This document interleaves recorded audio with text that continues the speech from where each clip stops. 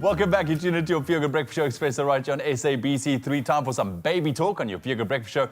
Now, toddlers are notorious for challenging behavior and tantrums. And are you struggling with disciplining your young one or figuring out when the right time to start is? That's the big question. Now, many 6 to 12 months olds start to protest having things taken away from them or keep doing things after being told no. So on today's Baby Talk, we're joined by occupational therapist Meg Foray to talk about just that. It was promised to give us some guidance on how to manage toddler behavior and disciplining your little one. Meg, thank you very much for joining us this morning. Yeah, tough one for a lot of parents. Disciplining, there's obviously various forms of disciplining. Which one is the right one for you as a family? But what's the aim of discipline, essentially? Yeah, so I think in the moment, it's to change behaviours quickly. So, you know, to stop a child from doing something they were doing before, like sticking scissors in a plug hole or something crazy like that. But there's also the long-term goals of actually changing behaviour long-term.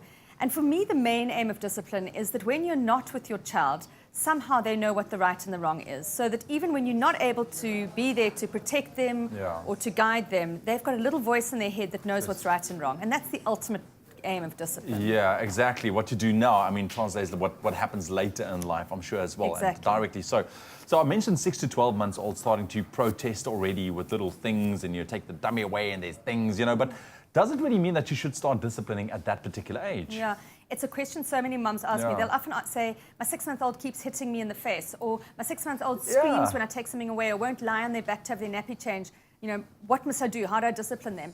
And, you know, with that age, you're not teaching long-term lessons because they're just too little. And so for me, that 6 to 12-month stage is more about distraction. So yes, immediately say no, so that they know that there's a response immediately, like, for instance, if they keep smacking your face or whatever. But then immediately distract them with something else rather than thinking you've got to discipline them because they're just too little. Absolutely. And, you know, hearing you say that takes me back now to my little ones. I mean, I had scratches on my face and everywhere, just a, playful, I guess, behavior, which could be seen as, you know, you're bad boy, naughty boy, So let's move on to toddlers, though. Why are they just notorious for just being, like, challenging and with their behaviors and, you know, little horns come out their heads and they start challenging you at every corner. Well, people talk about the terrible twos, and it is like that. They really can be very challenging with their behaviour. But the main reasons are, first of all, frustration. So, for instance, when they're throwing that temper tantrum or, you know, keep going for the same thing, they're actually frustrated. They think you don't understand what they want because they haven't got enough language. So that's the first thing with toddlers, is that they don't have language, so they get frustrated. The second thing with toddlers is that they really are susceptible to overstimulation and overtiredness. And so when you're overstimulated and overtired, there you go. Shame, man. all hell breaks loose because they're overtired.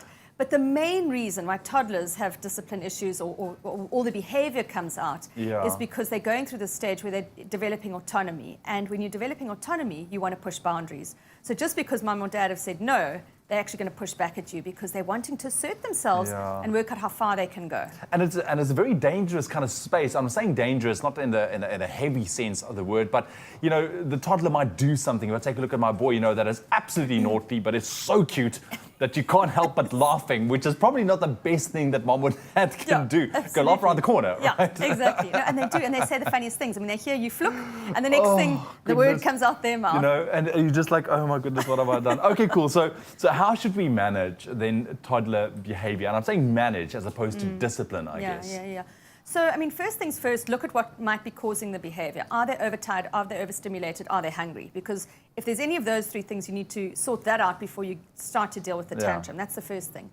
The second thing is recognize when it is because of frustration. So is it that they feel misunderstood? And one of the strategies I always use with little ones is for parents to actually say to them, I know that you want, or I think that you feel, so that they know that you're understanding them. So I know that you want to go and play outside, but it's raining or whatever it is. So, you know, you give them a sense that you actually know what they want. Because if you just keep saying, no, we're not doing that, they feel like they're not understood. Exactly. So, you know, those would be my first points of departure with toddler discipline. Okay, cool. Well, we're going to continue on this subject. I think we need a lot more time to unpack discipline and how you should go about it. Meg, thank you very much for joining us. We'll be back with Meg in just a little bit.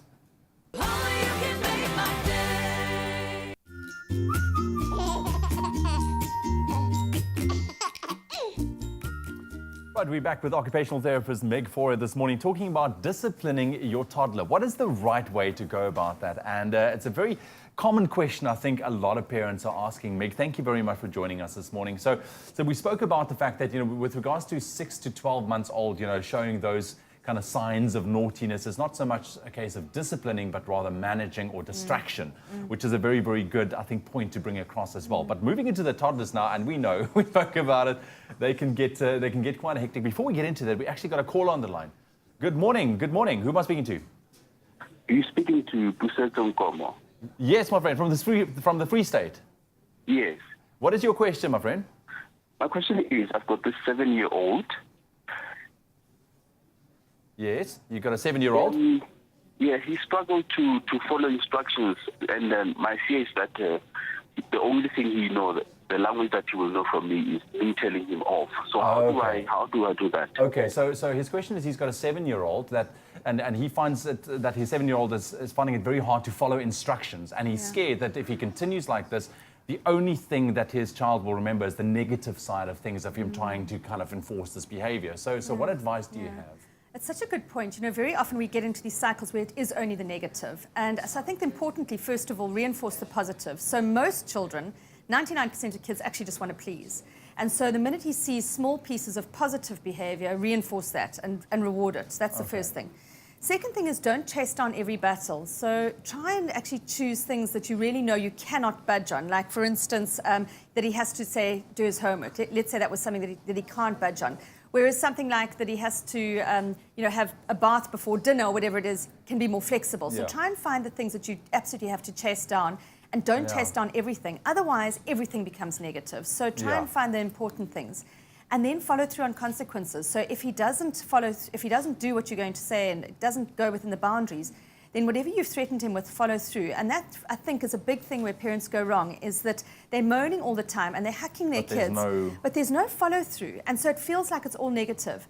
The thing with follow through and boundaries and even things like time out is that if you follow through once or twice, they learn very quickly. They're not going to go there again. Because they don't want to do it. They don't want to do it. So choose the battles carefully, and once you've chosen them, reinforce them very, very stringently. Awesome. I hope that answered your question. Look for those glimpses of positivity and enforce that. Thank you very much for your call. We appreciate it. You can still call if you want to 021-430-9881 if you have a question. Right. So back to toddlers. Let's say a toddler doesn't want to do something like get dressed, and you have to say multiple times, put on your shirt, because now obviously they're able to do it.